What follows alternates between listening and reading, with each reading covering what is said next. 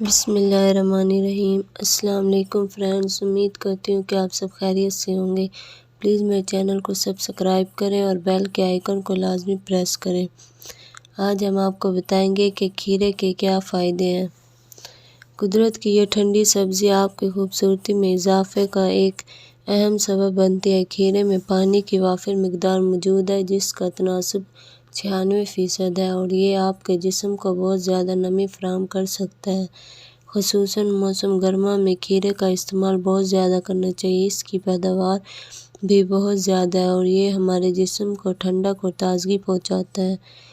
اپنے مزیدار اور ذائقے کی بدولت کھیرے کو دنیا بھر میں مختلف ڈشیں تیار کرنے کے لیے استعمال کیا جاتا ہے، جیسے ترکی کا مزیدار کولڈ سوپ، مشرق وسطی میں دہی کا سلاد، کولڈ سالمن ڈش پر یہ گارنش کے طور پر استعمال ہوتا ہے۔ برطانیہ میں چائے کے ساتھ سینڈوچ میں مشتمل ہے اور یونان کی ڈش ٹی رینزیکی میں اس کا استعمال ہوتا ہے۔ یونان میں تو کھیرا لوگوں کی خوراک کا اہم جزو ہے۔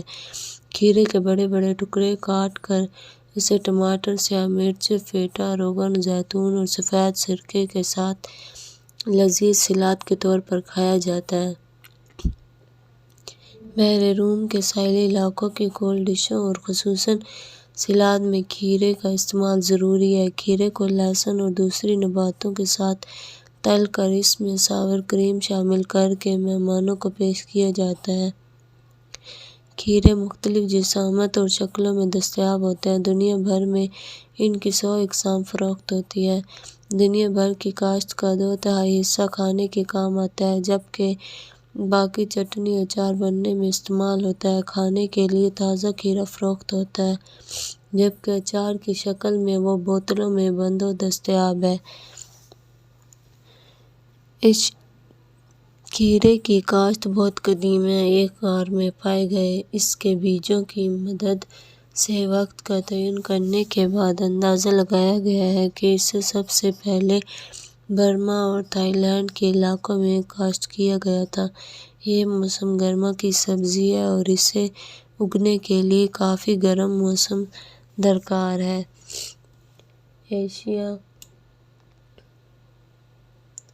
کھیرے کو استعمال سے قبل چھیلنا یا نہ چھیلنا ذاتی پسند یا ناپسند پر منحصر ہے۔ ملائم چھلکا پکے ہوئے کھانے کو زیادہ خوشگوئی بخشتا ہے اور اس کی غذائیت میں مزید اضافہ ہو جاتا ہے۔ اگر بیج زیادہ سخت ہوں تو انہیں نکال کر علیحدہ کر دیں۔ اگر اسے بغیر چھلکے کھانا ہو تو خوب اچھی طرح دھو لیں۔ کھیرا عموماً کچا ہی کھایا جاتا ہے۔ اس کے باریک قطرے کاٹ کر سلاد کو سجانے کے لیے اس پر رکھ دیا جاتا ہے۔ اس کو لمبی شاخوں کے طرز پر کاٹ کر بھی استعمال کیا جاتا ہے۔ کھیرے کی سبزی بھی بہت مزیدار بنتی ہے۔ کھیرے کو کاٹ کر بیج نکال دیں، پھر انہیں چند منٹ تک ہلکی آنچ پر پکائیں یہاں تک کہ وہ نرم ہو جائیں۔ کھیرے کے پیالے بنا کر انہیں کچی حالت میں بھی کھایا جا سکتا ہے یا ان کو گوشت اور دوسری سبزی بھر کر بیک کیا جا سکتا ہے۔ خوبصورت کپ بنانے کے لیے اسے چھیل کر بیج سے کاٹ لیں اور چمچے کی مدد سے اس کے اندر کے بیج نکال دیں۔ اس طرح وہ اندر سے کھوکھلا ہو جائے گا۔